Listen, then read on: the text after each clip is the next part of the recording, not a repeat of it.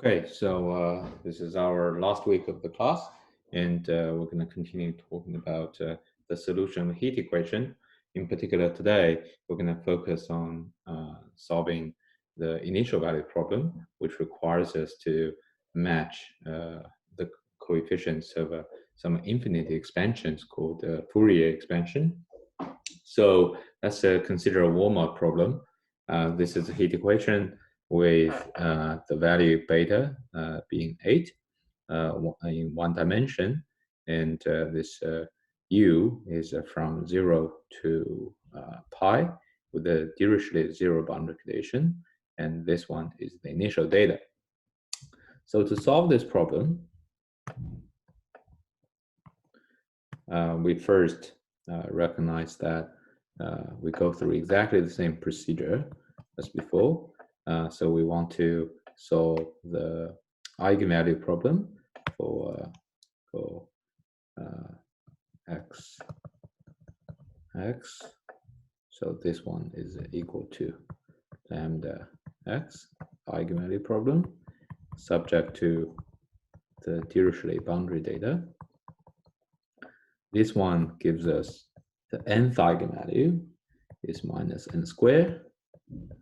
Corresponding eigenvector is a sine function, and this is nx, where n is an integer that is positive, so excluding 0. We can immediately plug this in so that we take 0, this is 0, take pi to the 0, and indeed this is lambda n is the eigenvalue. Now, the general solution should be the linear combination of such functions. So this is sum n from 1 to infinity, and Cn minus beta here, and beta is 8, and this is minus 8n squared t times sine nx. Any question? Now we match the initial data.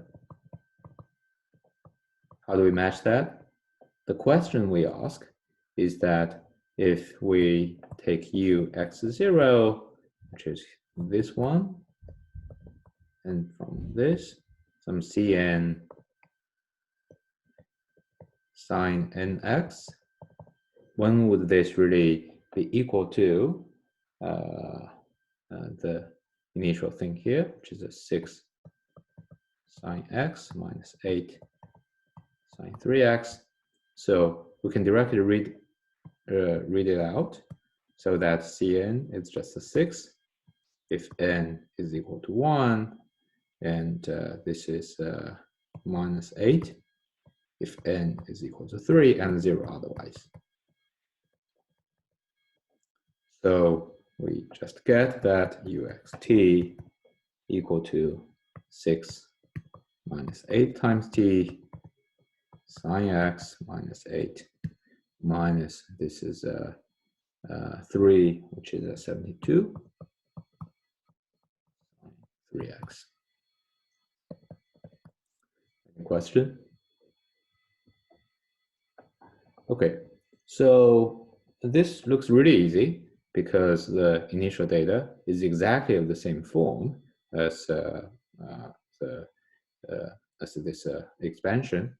But what if we consider a different initial data called fx? Let's say I just deliberately make it nasty. So this is 0 from x to pi over 2. This is pi minus x. And this is pi over 2 to pi. So this is a function look like this. This is 0. This is pi. This is pi over 2. It first increases to pi over 2, and then decreases to pi. So obviously, this fx also satisfies the Dirichlet data, but it's discontinuous and just looks nothing like a sine function. So this is called a hat function, like a Mexican hat. And but it does not look like summation n from 1 fn sine nx. So if this fx is produced as the initial data, even though we have obtained the general form of the solution, we actually don't know how to get the Cn, how to get out of this. So this is really the central topic of this class, which is called the Fourier expansion. Fourier expansion is not a single expansion, but expanding certain functions with the sine functions is one important class. So let's first recall what we learned in chapter 6. So there what we learned was that we have a vector space. Importantly, this is finite dimensional. So there is a vector space called V, and it's an inner product space. So it's equipped with the inner product. It's called the UV, and this one has a basis B, and this B is B1 to Bn. So this is an n-dimensional space. Now you give like X, which is like a vector in B, and I would like to evaluate the coordinate. The coordinate noted by xb. How do we evaluate? So we have two methods. Method 1. Method 1 is to change this question from a chapter 6 question to a chapter 4 question, solve linear equation. So, and the tool is called row reduction.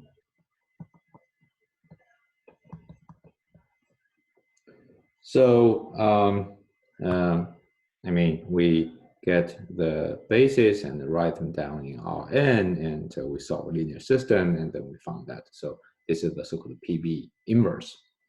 The problem is that this one, it does not generalize to the infinite dimensional setting. Because let's imagine that you just give a given matrix, and with it has infinite number of rows, and you don't know how to really find which one is the pivot and other things, and it's a pretty nasty process. But in chapter 6, we learned that there's a much simpler method. That is, if B is an orthogonal basis, if it is an orthogonal basis, then the ith entry of the coordinate is really easy to compute. It is nothing but the inner product between x and the basis, and the ratio between this inner product and this inner product. There any question? Okay, this one just requires computing two numbers and the ratio. So at least formally,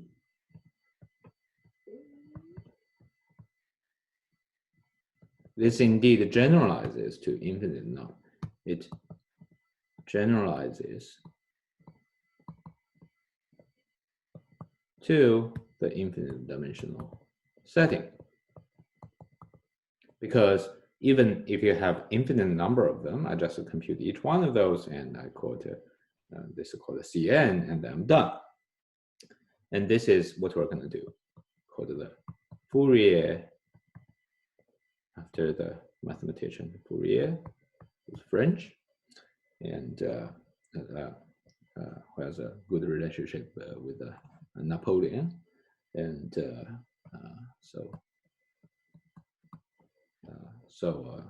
called a Fourier analysis on the interval 0 to L. So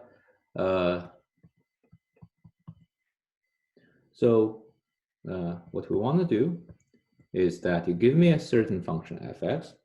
It belongs to a suitable function class or vector space V, which is the inner product space. And I want to expand it into this. And if you view this one as a basis in V called Bn, so this belongs to some V, this belongs to some V, and this one is really the B coordinate, the nth component of the B's coordinate. Okay, any question? Right here, since it's infinite dimensional space, and this is pi x,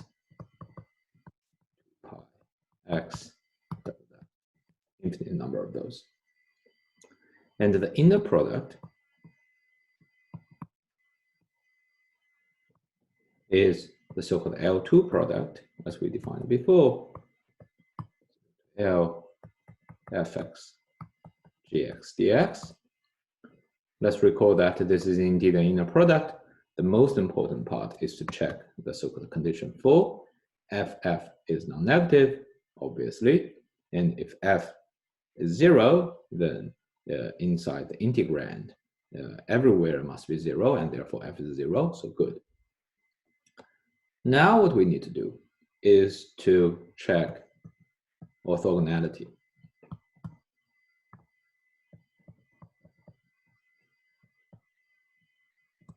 Whether it's normalized is less important, because normalization just means that I scale each of these functions by a number, and I can always do that. I can do it now, I can do it later by dividing things in the denominator. Check the orthogonality, and this is from 0 to L, and pi Lx sine m pi Lx dx. So this is the inner product between Bn and Bm. How do we evaluate this thing? So we use the formula that sine product together is cosine minus cosine. So this is cosine n minus m L pi x minus cosine n plus m L pi x. Everyone's okay with this? Then leave to you as an exercise. This is just calculus. This is L over 2.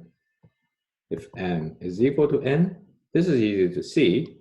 If m is equal to n, then what we have here is this is 1. So this is equal to L over 2. What you need to show is that cosine m equal to n, and which is a non-zero number, and because this is a positive, divided by L times pi x, integration is 0. It is easy to see because the function, this one integrates out, it's sine, and just to have some sine pi x, pi L divided by L, which is 0, sine 0, 0, so it's 0, and if 0, if m is not equal to n. So indeed, this verifies orthogonality.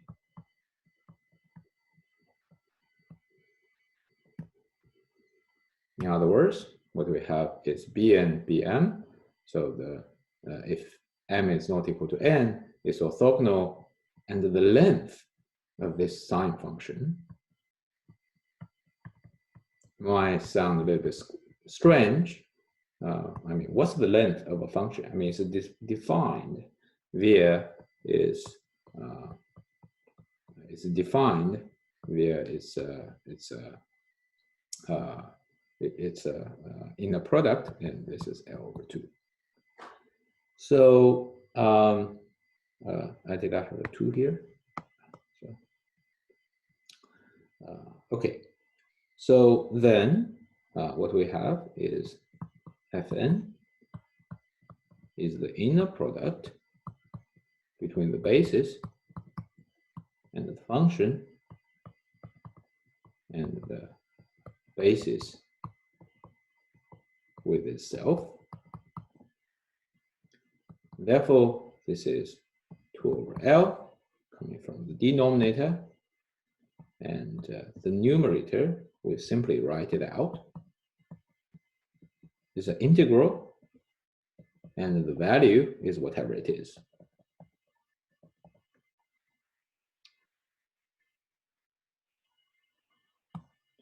Now let's apply to the hat function.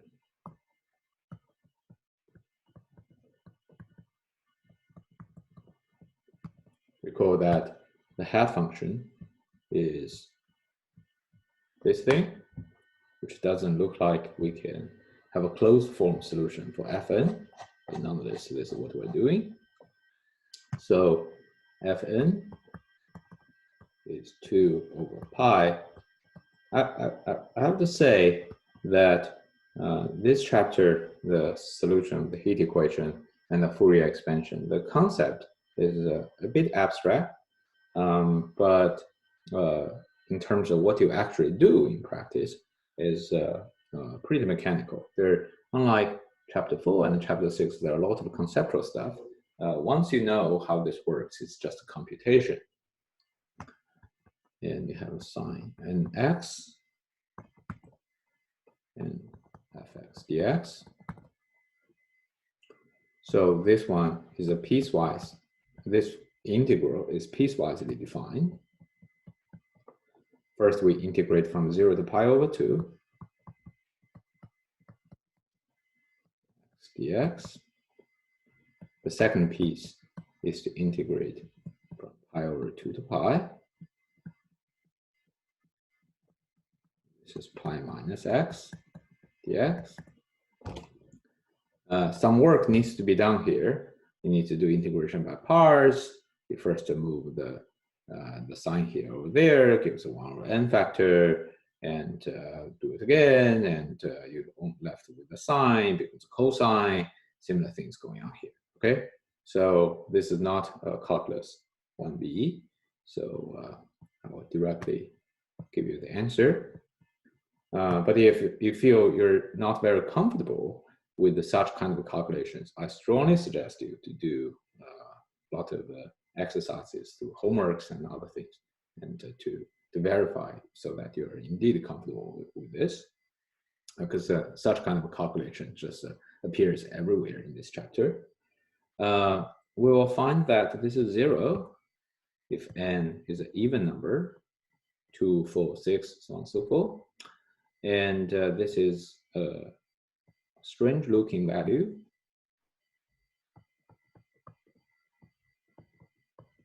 If n is an odd number, so n is 1, 3, blah, blah, blah.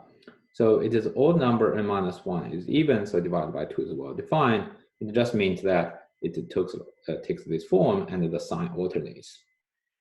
Let me write down the first few terms. The first one is 1, and 1 minus 1 is 0. So minus 1 to the 0th power is 1. This is sine x. 2x is 0 because this is 0. Oh, sorry, I need to use the mouse. So 2x is 0 because this is 0. Now we go to 3x. 3 minus 1 is 2. 2 divided by 2 is 1. Minus 1 to the 1 is minus 1. So this is 1 over 9. Sine 3x. Similarly, we skip 4 and 1 over 5 squared 5x. Any question? Okay, so now, I mean, you might have some doubt, and like, is this gonna work? Such a weird looking sine functions, and each of them is smooth, but if you really look at the hat function, it's not a smooth function. Is this gonna work? It's hard for me to compute this by hand, therefore I wrote a code.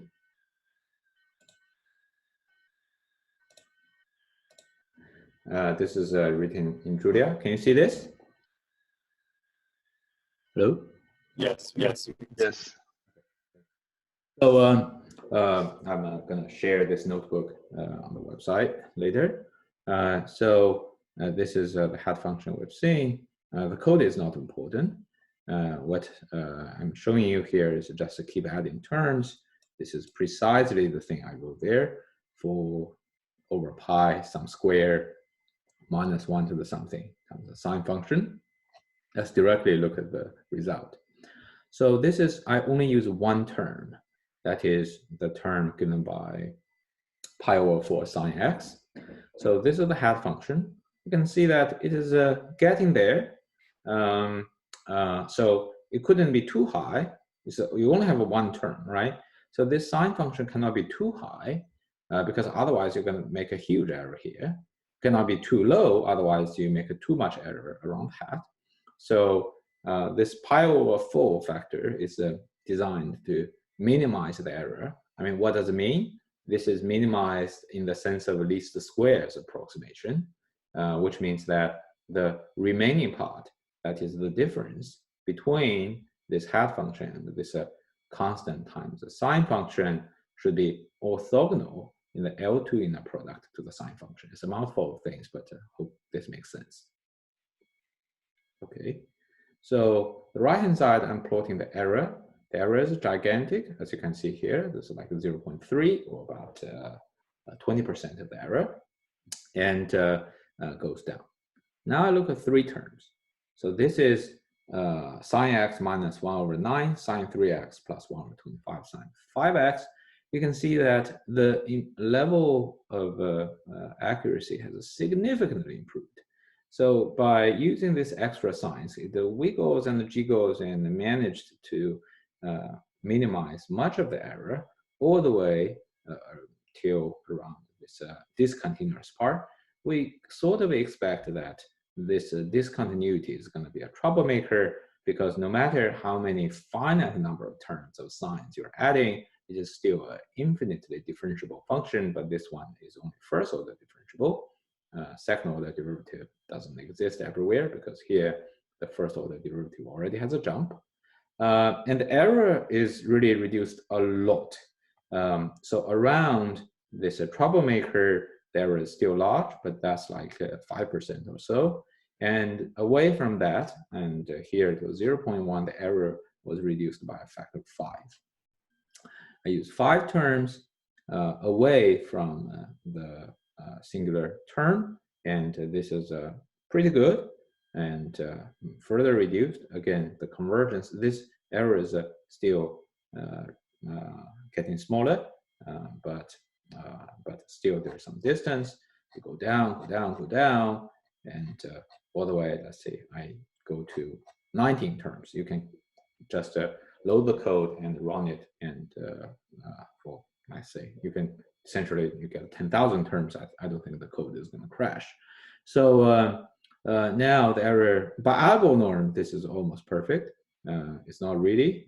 There is a still error in the quantitative sense, but it's already less than 1%. So as you can see that although this formula and this procedure looks a bit abstract, but it is indeed doing what it's supposed to do. Any question? So do we have any theoretical guarantee? I mean, what we did so far is quite formal. We know perfectly how this formula works in the finite dimensional case. You just, I mean, it's nothing but computing the coordinate of representing a vector exactly. We do know how to represent a vector exactly. But what we're doing here, let's say from the code before, is not an exact approximation, not an exact representation, because an exact representation requires an infinite number of terms, but a finite term approximation. Approximation is really something that is new, is inherently new. I mean, so far. I mean, if you recall from the beginning, we learned how to solve linear systems. We exactly obtained the solution. We computed the determinant. We exactly computed that. When we diagonalized the matrix, we exactly diagonalized it. We computed the coordinate. We exactly have that. When we solve ODEs, we exactly solved that. But approximation is really something that is fundamentally new so far, because the exact one is no longer possible in an infinite dimensional setting. We cannot even, like when solving the inhomogeneous ODEs, and we just projected the infinite dimensional differential operator to a finite dimensional subspace. This is not possible. So we need to truncate a certain, to a finite number of terms and to approximate this function. So so far we constructed the approximation pretty formally in the sense that we make an analogy to the finite dimensional setting in chapter 6. We computed the ratios of two inner product, and we formally computed these coefficients. Is there any theoretical guarantee? The answer is yes. This is called the piecewise, the pointwise, sorry. Pointwise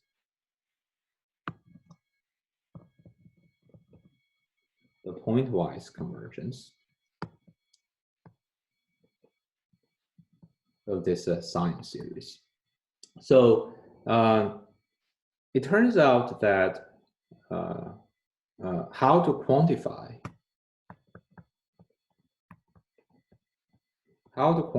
the convergence of a Fourier series is a rather subtle issue. Next class or so, we're going to discuss more about this subtlety. But the thing I want to say is that there's more than one convergence criteria. And the differences in the convergence criteria is really important as you study more advanced math courses. But this is really an introductory course to linear algebra differential equations. I wouldn't really go into depth about the subtle differences. So pointwise convergence is one of the easiest things to understand. I will only quote the theorem instead of attempting to give a proof. So the statement of the theorem is as follows. So you give me a function f mapping from 0 to L to a real number such that it satisfies the Dirichlet boundary relation. Furthermore, we assume f prime x is piecewise continuous. What does it mean? It means two things. One is that f prime x should exist everywhere on 0 to L. For example, the hat function is like that. And so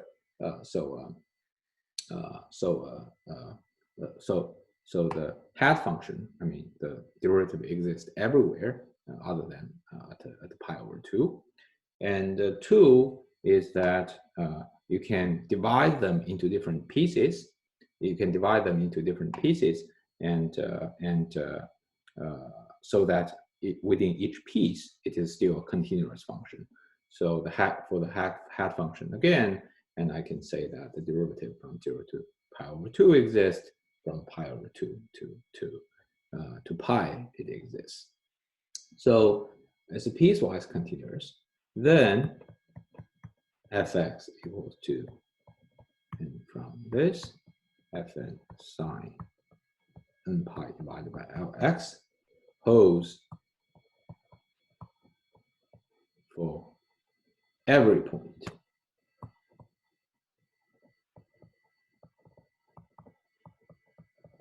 x from 0 to L.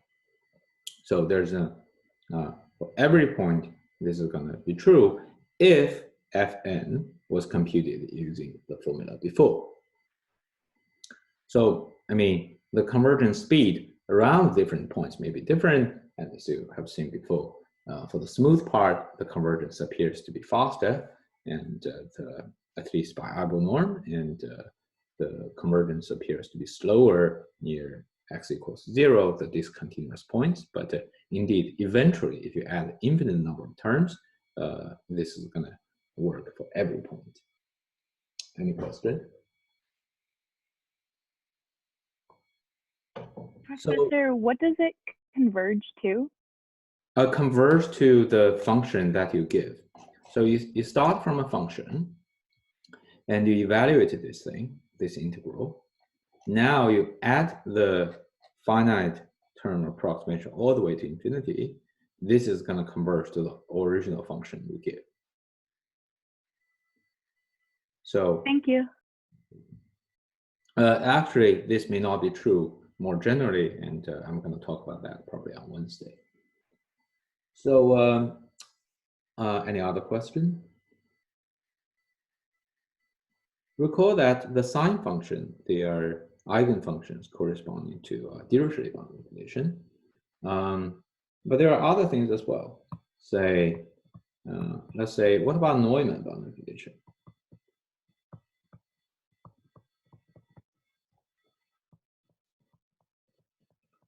Zero t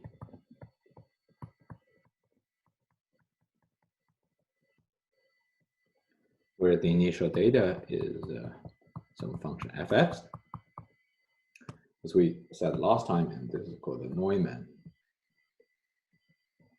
boundary condition. So to solve this, we first need to figure out the fundamental set of solutions. So the right-hand side, again, we regard that as t, but with a different boundary condition. We need to solve the following eigenvalue problem. Now, the difference is that here it is x prime 0 equals to x prime, L is 0. Now, well, it's different from before, but still we can do the same thing. Now we first start case 1, lambda is bigger than 0. And if the lambda is bigger than 0, the true solution should be exponential square root of lambda x plus c2 minus square root of lambda x. And this one, if the both derivative of 0, you take a derivative, here's lambda, here's minus lambda, we'll find that this is not possible. Leave 2 as an exercise to show. 2 is if lambda is equal to 0, this is c1 plus c2x. If taken the derivative, this is just a c2, and so the constant is 0, means c means that the c2 is 0. That means you only have yeah. So this one means you only have a constant. So this is possible, which means that it's possible to have lambda equal to 0. X is xx. It's just a constant 1. That's good. 3 is that lambda is smaller than 0. In this case, it's a C1 I, or in the right is cosine minus lambda x plus a C2 sine minus lambda x. Now I would like to match so that the derivative on both sides are 0. This one, first of all, is possible. Second, we should keep the cosine term, because of the cosine term that take the derivative becomes a sine, so that it can vanish. So this one is lambda n, so equal to minus n pi divided by L squared, and correspondingly x and x equal to cosine n pi divided by L x. Any question? Professor, the textbook uses the convention of negative lambda as the eigenvalue. What is the convention we're using for this class? I'm using the positive one.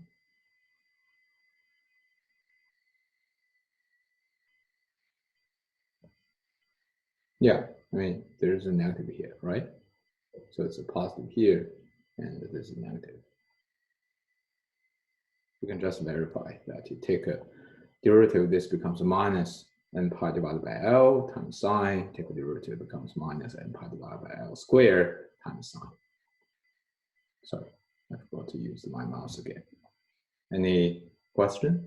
Did they answer a question? Yes, thank you. Right, yeah. So now we can merge the case 2 and 3, because if case n equals to 0, we immediately have lambda 0 to 0 and 0x equal to 1, right? So this is 1. Therefore, n is not n plus, but belongs to n. So now how to match the initial data? First of all, we have a general solution.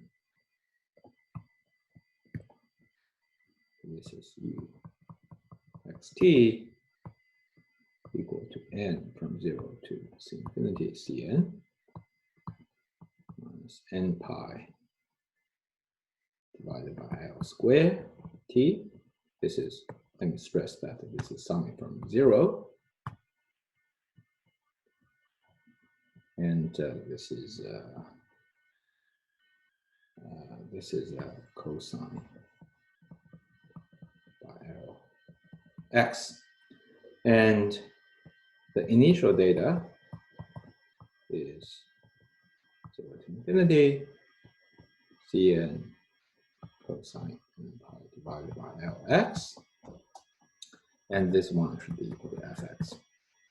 Now, our question is again how to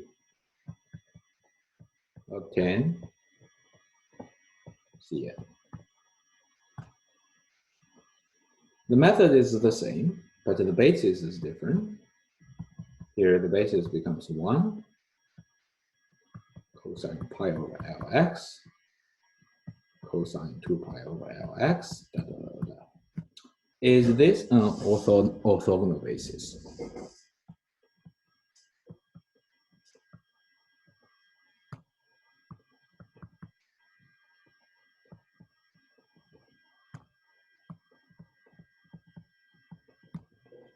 We simply do the computation. So this is 0 to, did I miss a beta? Yeah, here's beta. And let me see, make sure, yeah, I have a beta there. So here's beta. So we just do the computation, cosine n pi divided by L x times cosine m pi divided by Lx. So now this one is cosine cosine. We again use the formula. So this is n plus m L pi plus n minus m x dx. Now the calculus problem again, I'm going to skip. So there are actually one more cases, which is if n is not equal to m, n is equal to m but not equal to 0, then this term will be does not vanish, but this term vanishes, gives you L over 2. But if n is equal to m is equal to 0, this one is new. In the sign case, it cannot be 0, otherwise the eigenfunction is 0, that's not allowed. But if the eigenfunction is 1, that's allowed. If this is equal to 0, then you just have two terms that looks like 1, so you have a term that is L. If n is not equal to m, no matter what, and this is 0. So this is indeed orthogonal.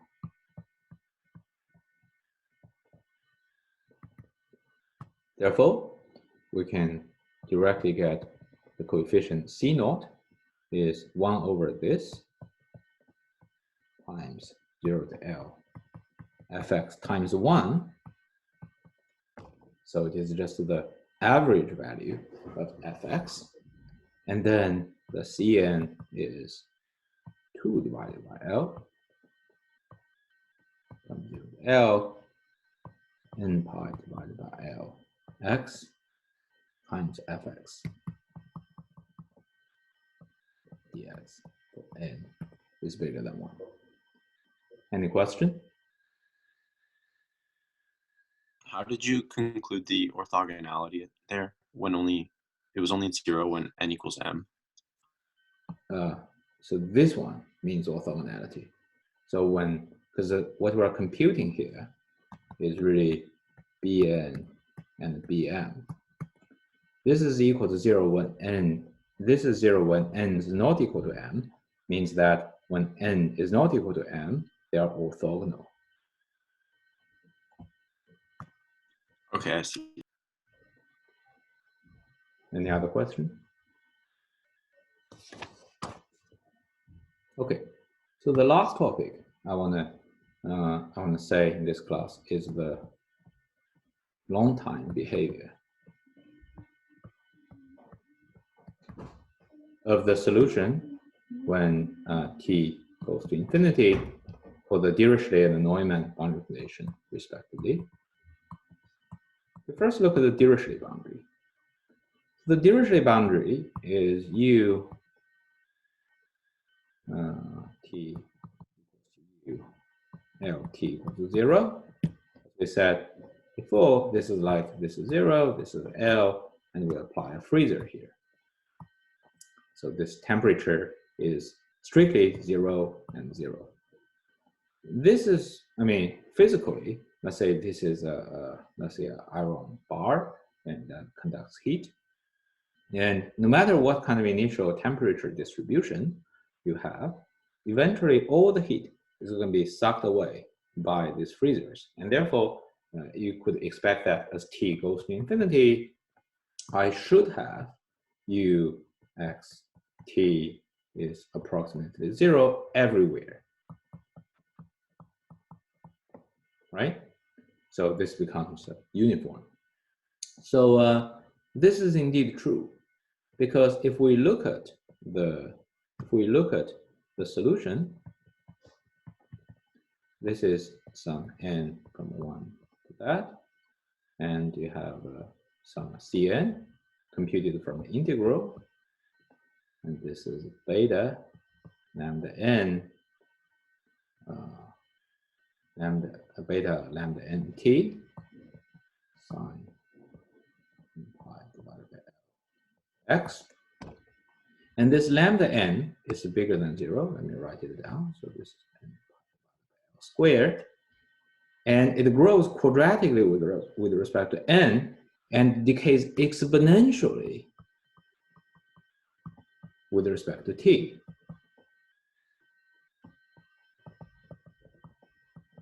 And in particular, when t goes to infinity, this is 0.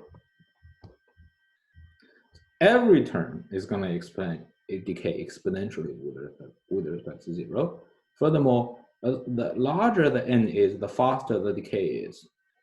So what is going on for the heat equation is that this oscillatory modes, sine function, if you, let's say, consider sine times 10,000 times x, it's a very oscillatory thing. This is going to decay really, really fast as you start to propagate. And very soon, you're just only going to see the long time behavior. And after that, everything is just going to decay to zero, and therefore you get a constant solution. Does it make sense? Now let's look at the Neumann boundary condition. Neumann boundary condition is an insulating assumption, saying that at x equals 0 and x equals to L, no heat can escape. So this is insulated from the environment. Because there's no heat flux. So what's going on there? What's going on there is uxt. So there's a constant term. There's a C naught. And you have exponential minus beta times 0, so there's nothing going on. Then you have Cn, very similar to before, square t, and cosine n pi divided by Lt. Each term satisfies Neumann boundary condition. As t goes to infinity, this is equal to C0. It's a constant. But what is this constant? This constant is fx dx, as shown here. But what does this mean? Remember that fx is the initial temperature at the position x.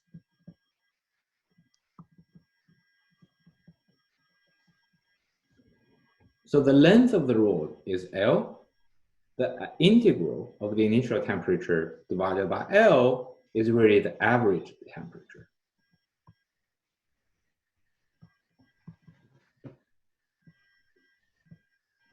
So for the Neumann boundary condition, what is happening is that as t goes to infinity, the long time behavior is that it will go to a constant solution, C naught, and this C naught is really nothing but the average temperature. Let's say that at the beginning, this is really hot here near 0, and it's really cold there at L.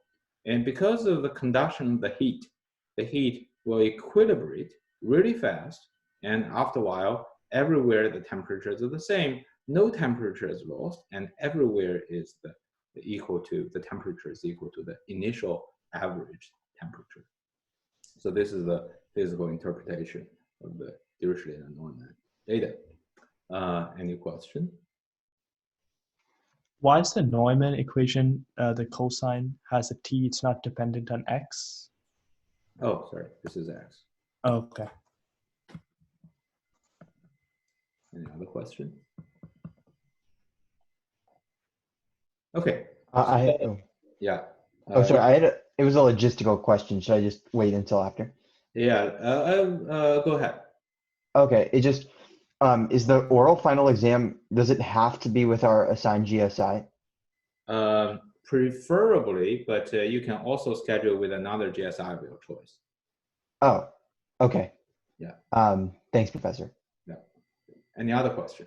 It's also a good time to ask logistic questions. I have a question about the final. Yeah. So this final specifically for students who would like to take for a letter grade, how much of that is going to be differential equation material and how much will be linear algebra material? I don't know yet. Okay. Yeah, but it's going to be for material throughout the semester. And Okay. we don't have a a priori distribution at this point. Thank you. I have one more question. Yeah. You would eventually you'll give us like a detailed logistics about the final, right? Like when it will be, what time period, how long, what's it going to be on, etc. Stuff like that when you decide, right? Let me see. I can try to answer right now. So so the length of that was already included in the course syllabus. Yes. And the material is going to be throughout the semester. Okay. I don't know. Yeah. What other things more specifically are you referring to? When is it gonna be? The Wednesday of finals week, like we what? It's like the quiz. I mean, Okay. actually, it's the same thing, and it's also in the updated syllabus, which is we start from 11:30 a.m. Tuesday. I think it's Tuesday, and 24-hour. But you have a whatever hour time window, 6-hour time window or so to do it.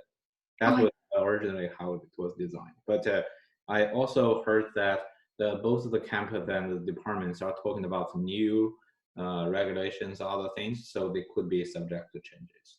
Okay, sounds good. Thank you. Any other question? Professor, I have a question about the quiz on Thursday. So basically, we're either like for our final grade, we're either keeping our grade from the first quiz, like that was a few weeks ago, or the one this week, but not both, right? Could you say it again? So basically, like you're dropping one of these quizzes that have been online. Let me see. So I'm not dropping them, and the rule was that it was in a previous announcement. I cannot remember it very clearly. Oh, okay. Yeah, but I think for the new quizzes, they are worth like 10 points, and you take the highest of the 2 online quizzes. Oh, okay. Okay, that's what I meant by dropping a quiz. Yeah, dropping a quiz. That's right. Okay. Okay. Thank you. Any other question? I have a question about the heat flux. Sorry? Could you please explain why? Could you please explain why? We got cut. Sorry. Oh, can you please explain why del U del X represents heat flux? Oh, this is because this is like the temperature difference, and you can think like this is the U0T is the temperature to 0, and at an infinitesimal place away, and there's a temperature there, and the difference means that there's the temperature difference here is 0. If the temperature difference is 0, then the heat cannot flow, right? Heat only flows if there is a gradient. Let's say that you put 2 stuff that is exactly the same temperature. There's no heat exchange, and therefore it means that the heat cannot leak away from 0 or from L. Did that answer your question? So then why is it that the rod reaches thermal equilibrium as T goes to infinity? Okay, that's a good question, and that one you really have to see from the solution. So because any Fourier mode, this cosine term is called Fourier mode, as T goes to infinity, this would vanish due to this term, and now you see that this beta plays an important role. If beta is small, then this would decay to 0 slower, which means that heat gets conducted more slowly. But if beta is large, this is going to go to 0 almost instantly.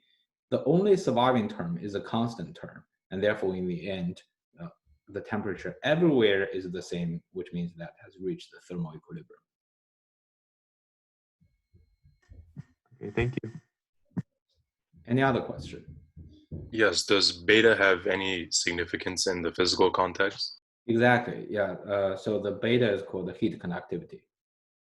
So as you can see here, if beta is large, then the heat gets, so the heat gets exchanged more rapidly, and therefore, let's see, in the Neumann boundary condition, this would converge to the thermal equilibrium much faster if beta is large, and vice versa. And what's the intuition behind the Fourier law? The Fourier law just says that so it says that here, which is the temperature change, is related to the second order derivative of the temperature. So is it related to the second order derivative of the temperature distribution? And in particular, the heat would flow from the hot to the cold places. And the derivation, you can, it's more than just one sentence, but you can see that from the textbook. Okay, thank you. Any other question? Okay, so on Wednesday, we're going to talk about a more general expansion than the sines and the cosines, which unifies all the cases. And then we're going to talk about the inhomogeneous heat equation. Bye. See you on Wednesday.